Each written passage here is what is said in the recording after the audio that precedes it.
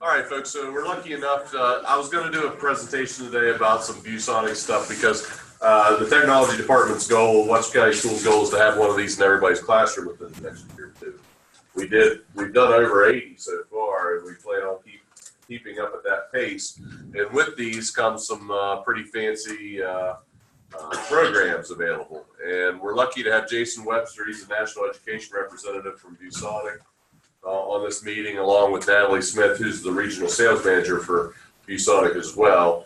Our goal with this myViewBoard, I think, in the future is to discontinue use with smart notebook software because it costs us thousands and thousands of dollars to keep that. And instead of spending thousands and thousands of dollars on something that's not used very often, this is a good bridge for people that, from what I understand, will open smart notebook files and convert them to this, and it doesn't cost us anything more than owning these boards, which we're going to own anyhow. So at the end of this presentation, before you leave, I'd like to have anybody that can't live without smart notebook sign down their name on this, and also anybody that thinks they might use a webcam in combination with their display to let us know too, because if we have a list of people that might want a webcam to use for different things in combination with augmented reality and things like that, put your name down here and there's a good chance next year you'll see one in your classroom. So with that, I'll turn it over to Mr. Webster, and any questions, just let Mr. Webster know. I'm sure he'd be happy to entertain them.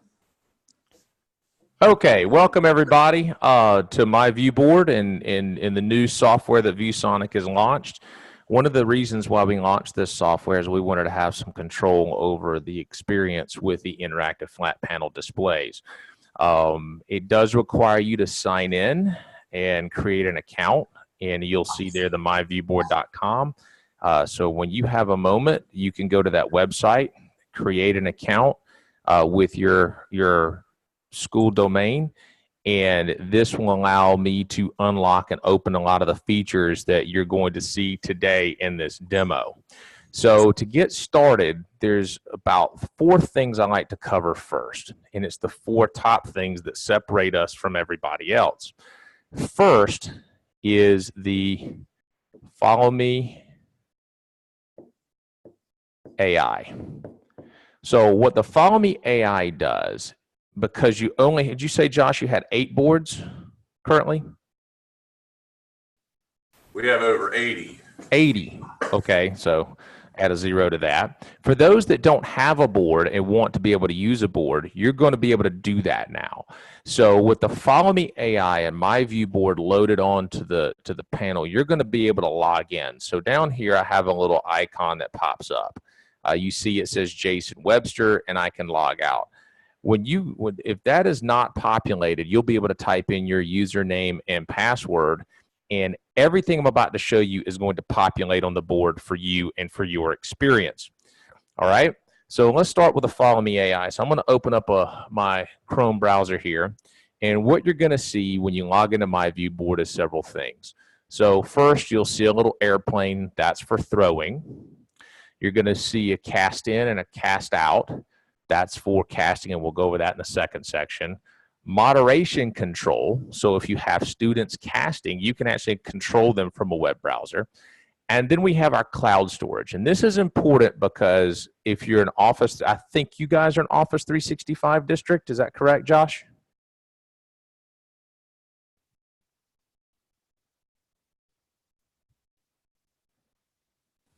Yeah, so all of West Virginia is Office 365. Perfect. So what you're going to be able to do is you're going to be able to log into your OneDrive account. Now, it'll give you the option for personal or professional when you do the binding. And you would set that as a default account. What's going to happen is every time that you log into myViewBoard, your OneDrive account is going to have web access on that board. So all your resources now will follow you from board to board. And you'll see that here in just a second when I open up a Smart Notebook file. The next thing we have is we have the ability to customize our settings. We can have it where we always, when we log in, that casting is enabled. We can have the grid, if we're math and science, always show up on the background. We can change our background, so you can have custom backgrounds that you can upload from the web. But every time I log in, I want a specific experience. For me right now, I have the quadded Viewsonic background that I created that always logs in. Then I can control my tiles. And this is pretty important when it comes to the internal browser within myViewBoard. So if there are certain things you like to show, like you have an Office 365 PowerPoint that you have a public link to, you can add that public link here, and you can then present that PowerPoint from this web browser. Or if there's particular websites you go to on a regular basis, you can populate that and easily access them. So I'll show you how that works in just a second. But there's a lot of customization that follows you every time you log into myViewBoard. All right, so let's go back to the myViewBoard. So the Follow Me AI is something that when you log in, your settings come to you. And you can see here at the top, I can open this up. With mine, I have a Google Drive and a OneDrive and a Zoom account bound to my session. So casting. Casting is the other thing that everybody always wants to do from time to time. So casting is right here. So you got a little dot with some people on it. What's nice about our casting is it's internet-based casting. So a student can cast in from a different location if they want to, or you can have someone cast in from across the campus. They don't have to be in the same room. And you can maintain all your internet security protocols with it. You don't have to open up any access points or anything like that. All someone has to do to cast, let me turn this on so you can see it,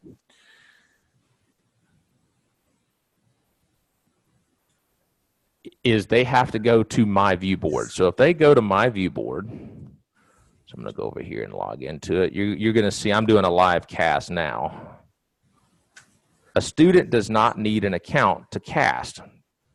They just go to myviewboard.com.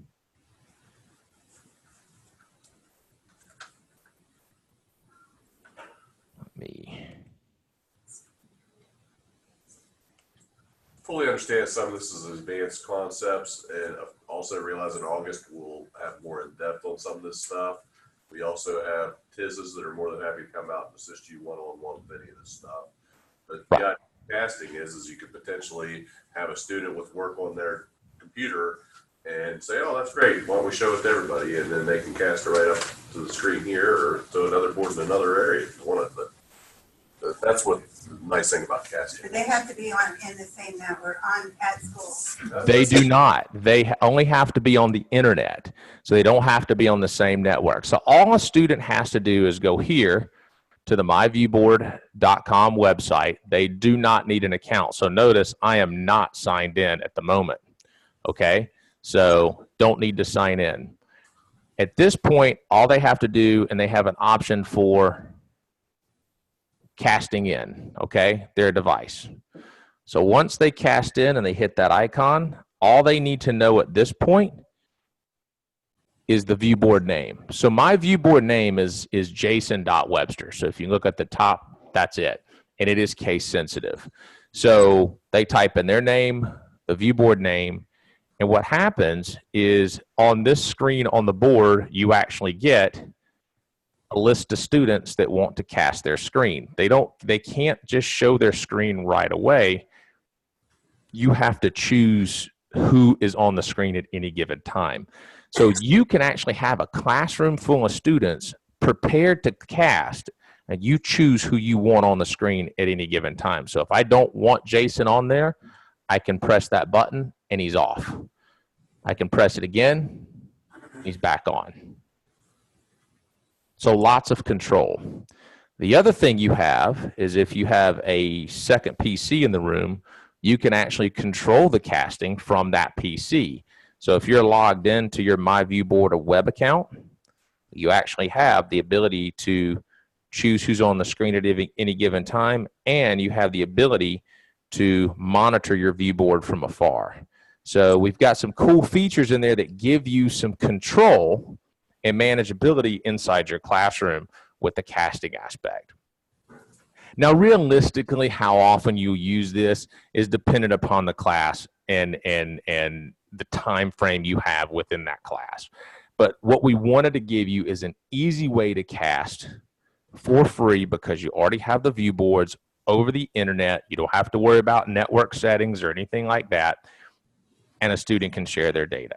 The only thing that's required for casting is a Chrome browser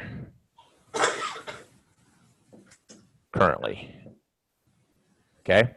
So if you have a Chrome browser, you can cast in. So Chromebook, Mac, or PC. Currently, we do not allow for mobile devices to cast in at this time.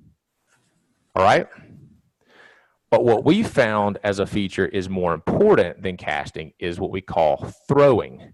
So what you saw earlier on my screen was a little icon that looks like an airplane. And this is why I said if you downloaded the companion apps, students can throw content to the board from their phones and you can ask them to do fun and unique things. One of the things I like to do is let me start a new screen here. We'll go to the next one. I like to do kind of places of the world. So what I usually would do is I would pull up a world map. So let me type this in.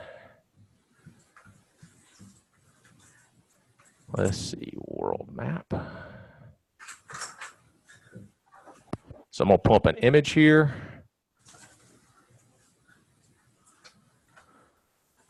I may not pick the highest resolution one, so, well, that one's good. So I'm going to drag this one out onto my desktop. So notice what I did there. I took the browser, searched for an image, and I dragged it onto my desktop. At this point, I can close my browser, and I can set this image as my background. Pretty cool, correct? You like that? All right, so let's get rid of that. So now, if I were going to throw some images, and I'm going to do this from my laptop, I'm going to throw a few images just so you can watch what I'm doing. Let me go ahead and share it. I'm going to pull this up here so you can see it.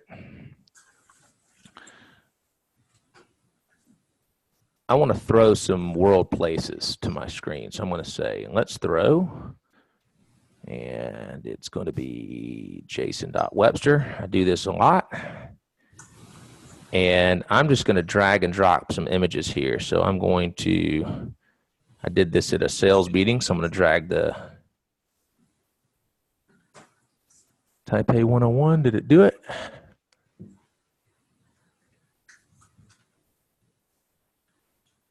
Hold on. You must log in first. I thought I was logged in. Technical difficulties. Give me a second here. I'm going to do it as a guest.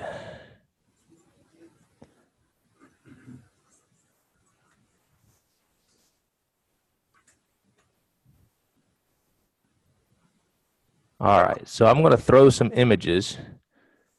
I just threw you an image from my phone too. Let's see if it works. Okay, so I'm going to pull some images up here. So here we go. Images from my laptop, images from my phone, and images from Josh. So if I were to pull these out on the desktop, that's the Great Wall. I've got Big Ben, the Taipei 101, and then we'll put that image up here. So you see what I've done. I threw things from a mobile device, from a PC, onto the canvas, all right? Nobody else can do this. So we can say this image right here, that's definitely America right about there. So we'll put that, right? Taipei 101 is over here in Taiwan. So I can drop that there, obviously the Great Wall. So you can make some really fun things with myViewBoard just by throwing images from a computer or a cell phone. And that's our throw feature. So I wanted to show that because I think, you know, as you get involved with your students in the classroom and you want to get them, you know, hey, let's talk about world places, or let's talk about if we're doing science, so you have them outside looking at. I want everybody to go find an elm leaf or a maple leaf and throw that to the board and let's talk about it. They can do that now. So casting versus throwing, I think you're going to do more throw. So that is the third biggest feature that we've added to myViewBoard is the ability to throw images. If I have an iPad and I wanted to take a screenshot, I can do that. But what you have to make sure that you're doing is you have to enable the sharing on your iOS device. So when you go to that little share button, when you have an image on your phone, you have to make sure you go into the more settings and turn on myViewBoard so that you can throw it to the screen. All right, so we've got Follow Me AI, we have casting, and we just talked about throw. Can kids go Okay. up, quickly push those images around with their finger? They can. So when I go back here, I can control the image just by clicking on the little icon here. So this is my control icon, that square box. Once I click on that, I can then manipulate the image.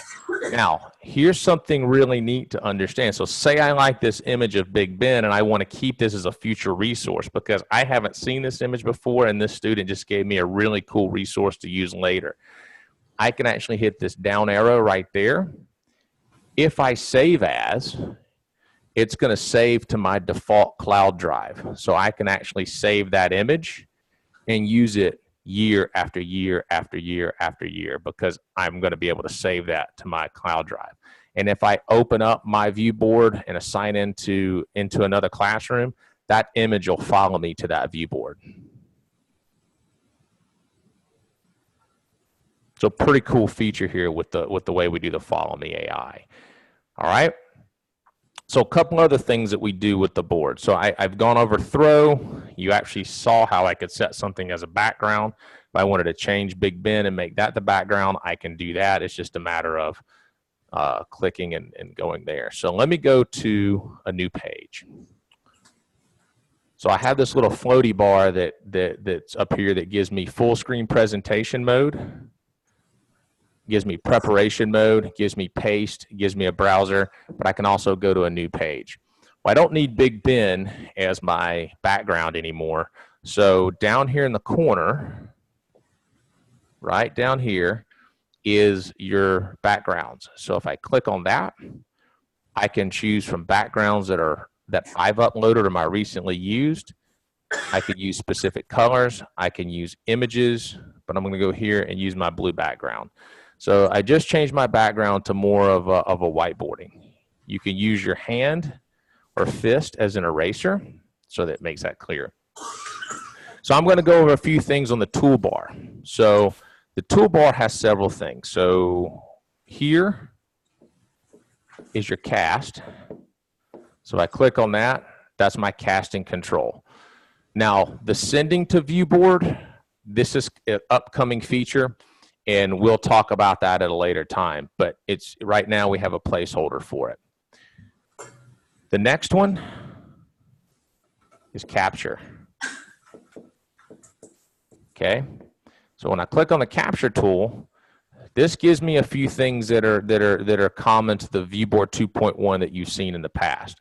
So I have a full screen capture here. Oh.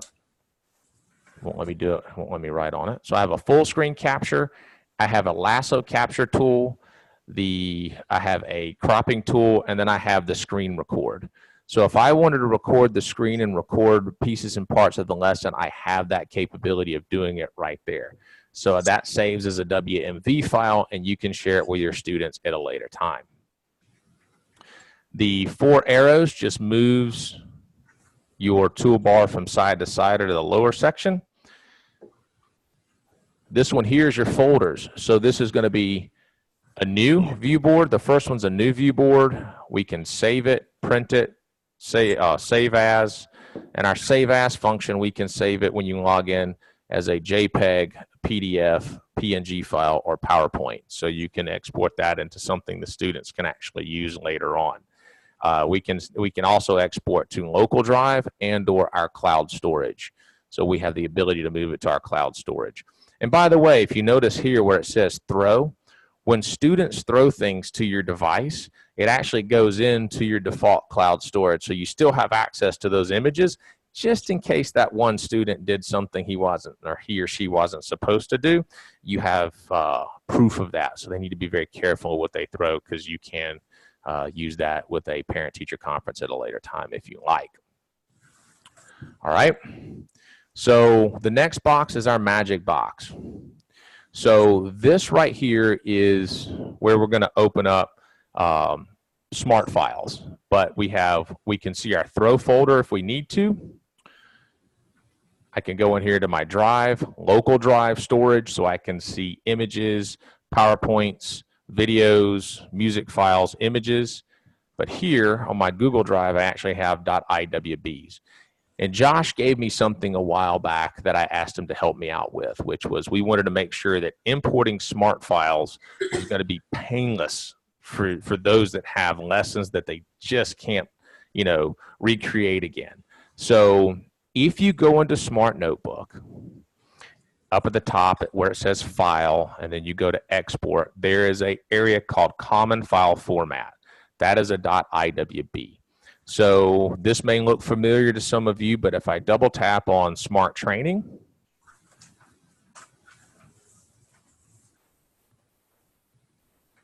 it'll get there. There we go, tapping too fast. So it's going to download it, and it's going to bring in my Smart Notebook file.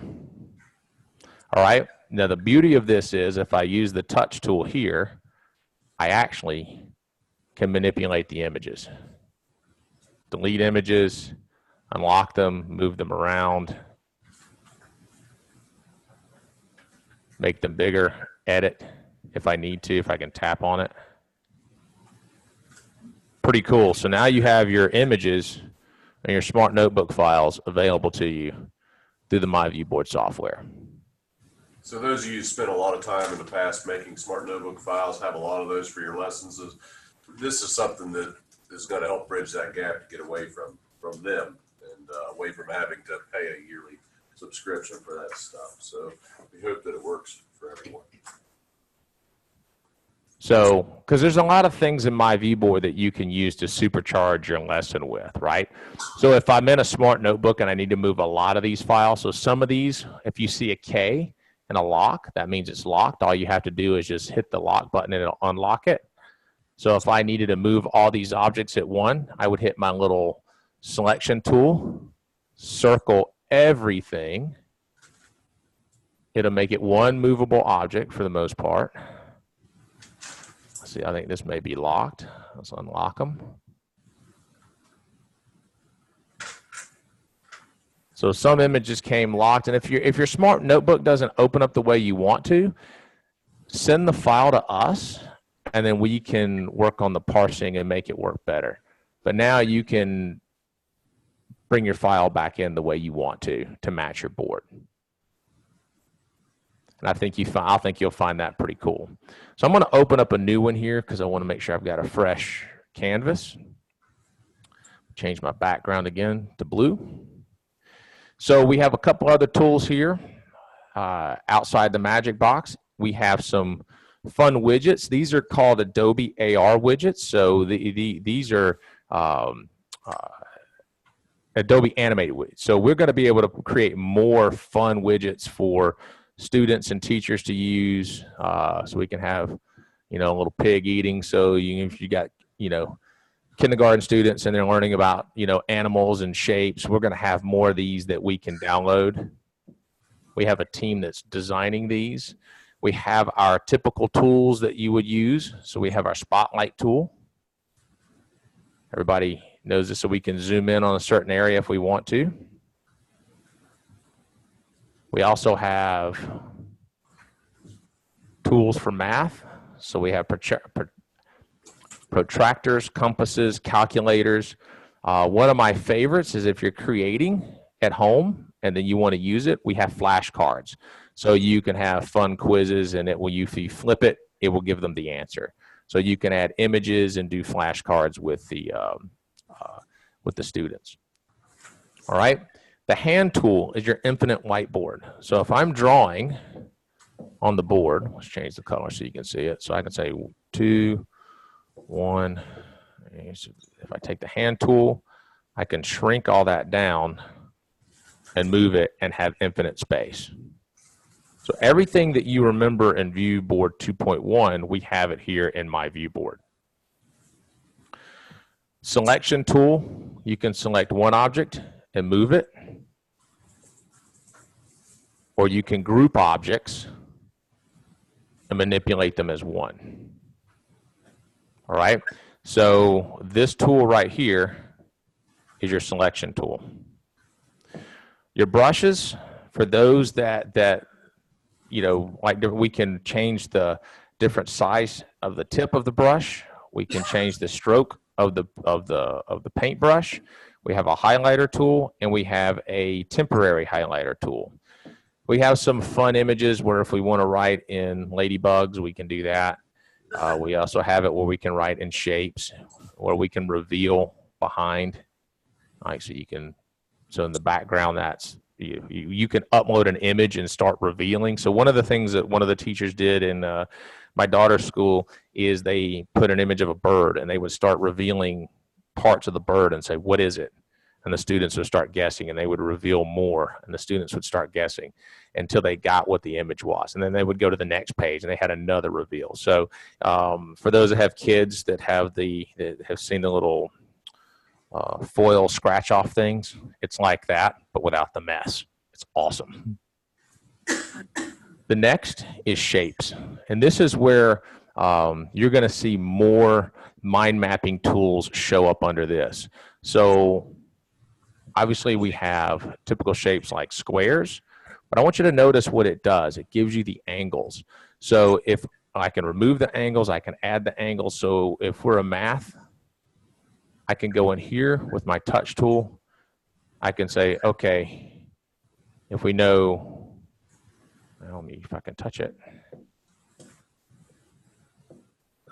So if I know that that's a 90-degree angle and a square, what is that angle? That's 90, that's 90, and that's 90. So we can work with angles, areas, and the like. Does the same thing with triangles. Let me go to a new page here. So I change it to triangles. So I can manipulate the triangles. I know that's 75, 52, and 52. And I could put a compass on that, and it would tell me the same thing. I have freeform shapes. So if I wanted to do a freeform shape, I have that. I can move it around. But I'll show you something neat with a triangle. Say I wanted to make it three-dimensional. I have the ability to do that now. So now with a three-dimensional shape, I can move it around, go to my point tool. I can take the point there, and I can change the different angles.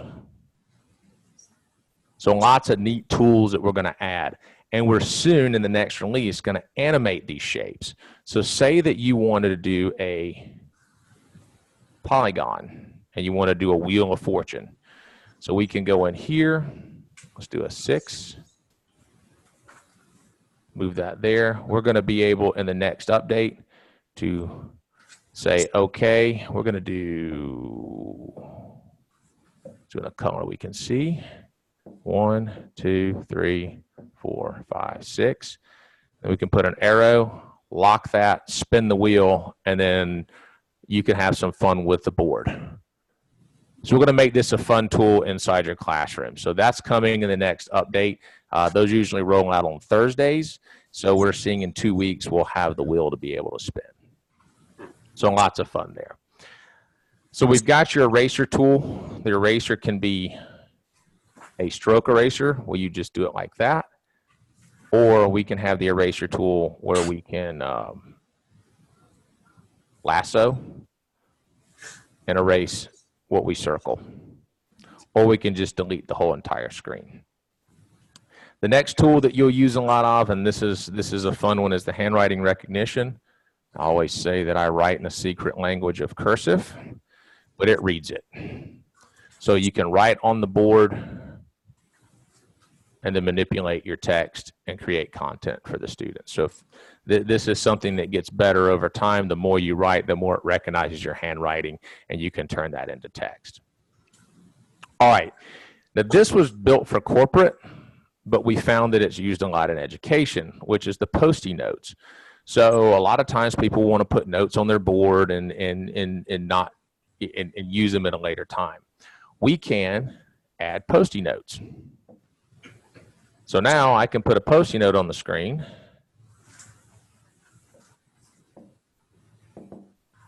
So I can write, hello, put that there, move my Post-it note, and then add more Post-it notes. So if you want to create a lesson, you can, and then put Post-it notes on it so that you can look at them at a later time and update your lesson if you'd like to. That is the toolbar within myViewBoard. So what if you want to work inside of Windows, which is where everybody likes to work? I can go in here into Windows, and now I'm working on my desktop display. All right. So I can annotate outside of Windows. So let's go to black pen so I can annotate, write, but I can also go in here to use it as a mouse mode and control my screen. So I can open up programs. So if I want to bring Zoom back up, I can double tap. I have that capability. But I also have the ability, remember the cropping tool? Say there's something that I really like. So I'm going to go to the myViewBoard website. My toolbar is still here. And I want to capture just this top part. I could capture that from a web page, and it just brought it into my canvas. So we can teach from anywhere on the web, anywhere on the desktop that you want to. And that is the basics of myViewBoard and a quick overview, and I'm going to open it up for questions.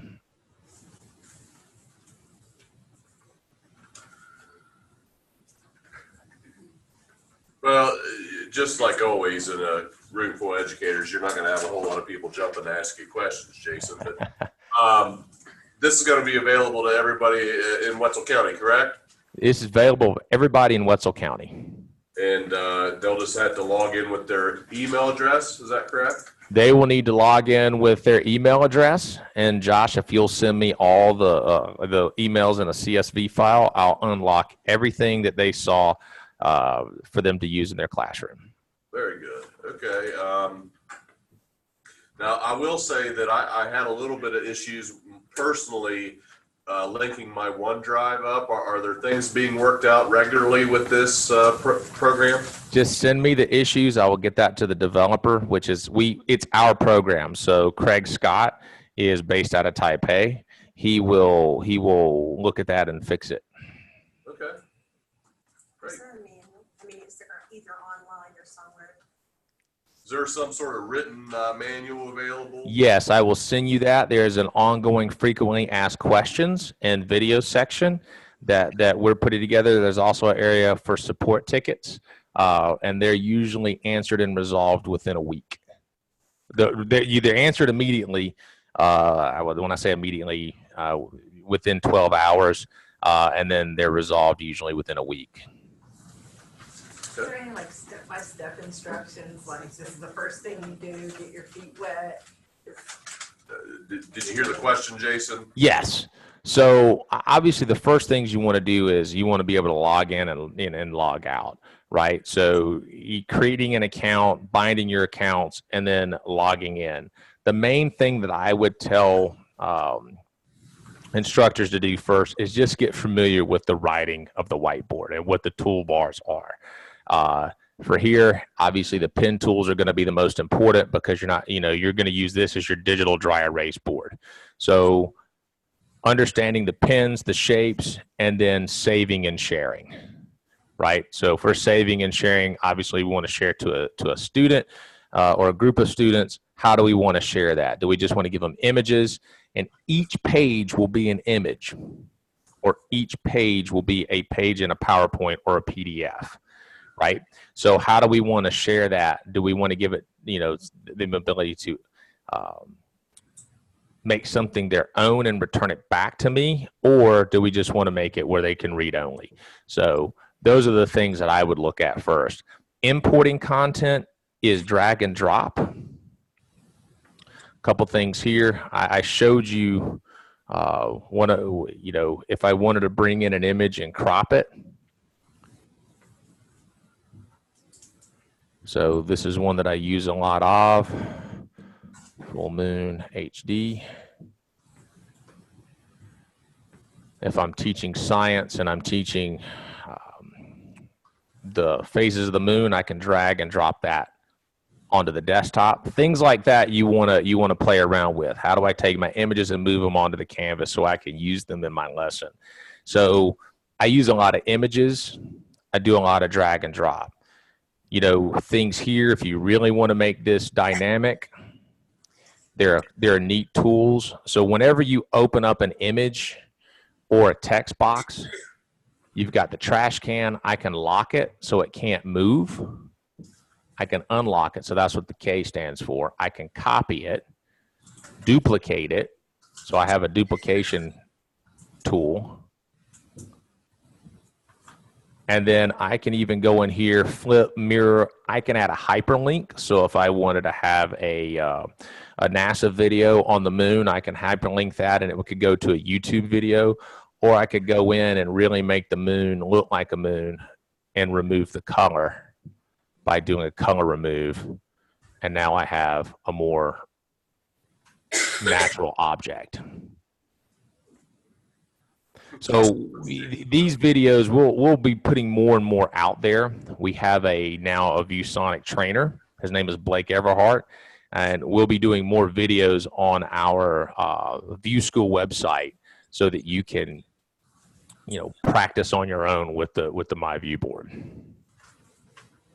Yeah, what I was going to say, there's already quite a few videos on YouTube under Viewsonic. So will these videos similar to these with new tips and tricks be added to that same location, or? We're gonna add them to both YouTube and the View School site. Okay, View School. Okay. Correct. So another cool feature on the browser, this is one you're gonna use a lot, is the built-in browser. And remember, how I got there is this. So that you see this little floating toolbar that's always can move with me no matter where I am on the board. If I click the browser, it opens up the browser. So a couple of other neat features I like what we can do with our browser is if I'm going to open up View School, which is where we host all of our 24/7 PD videos. And there's a lot of stuff from Google Innovators on there. I know you're in an Office 365 school district, but note that a lot of things that are in Google Slides, Docs, and Sheets can translate over to PowerPoint, Word, and Excel. So don't go, ooh, it's Google. Look at it and see how you can copy that over into the platform that you're using, because they interchange easily. But a couple things I can do here. So there is a icon. Change my color so we can see it. There's an icon right here. Looks like a foursquare. So one of the things I can do with the browser, and this is again something I would play around with because this is what you're going to use a lot. I can embed a browser into my session. So I can create a lesson at home, embed a browser that I'm going to use or a web page, and it's always going to show up. I don't have to open up the browser here. It's going to open up automatically in a framed window. I can change the size of that window. I can make it full screen, but it allows me to navigate inside that window. So where would you use this? So this particular setup you would use if you wanted to have a shared Office 365 PowerPoint. That's going to be used right here. That PowerPoint will always open up inside of myViewBoard, and then you can use that in your instruction time. So it's a pretty good place to put that. The other thing, YouTube videos. I know some schools block YouTube, some schools don't, but YouTube is one of those where I love it and I hate it. I hate it because they have all these suggestions off to the side that may not be appropriate for kids. Okay, so what we have done with YouTube videos, and I'm just going to do Viewsonic Interactive.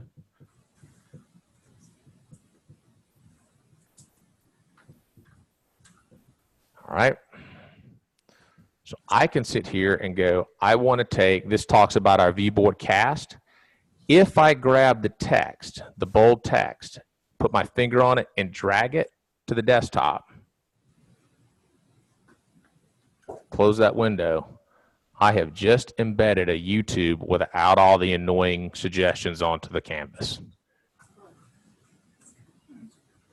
So those suggestive things like saying like you've looked up, I'm going to, here in the South, we'll say we're going to Myrtle Beach, South Carolina. You don't need to see people in swimsuits and with a beverage in their hand off to the side. This way, I can block all that suggestive content that may have shown up when I typed in Myrtle Beach, and I can just focus on the video that I want my students to see without that. So this is one of the ways we're helping in the instruction space to make YouTube more usable in the classroom. So what do y'all think about that? Pretty cool. Yeah. So learn the pins, learn this little floating bar, and play around with your web browser. Those are the things you're going to use the most when you do the myViewBoard platform. And Josh, if you give us suggestions, we'll make some quick videos so that we can keep everybody up to speed on what features are most important to your instructional staff. I will do. Are there any other questions from you all? Well, Jason, I do truly appreciate your time and all your efforts here to help us out here in Wetzel County. You said you'd be able to take this video and put it on the cloud and share that link with me. Is that correct? I am. I just stopped recording, and I will have this over.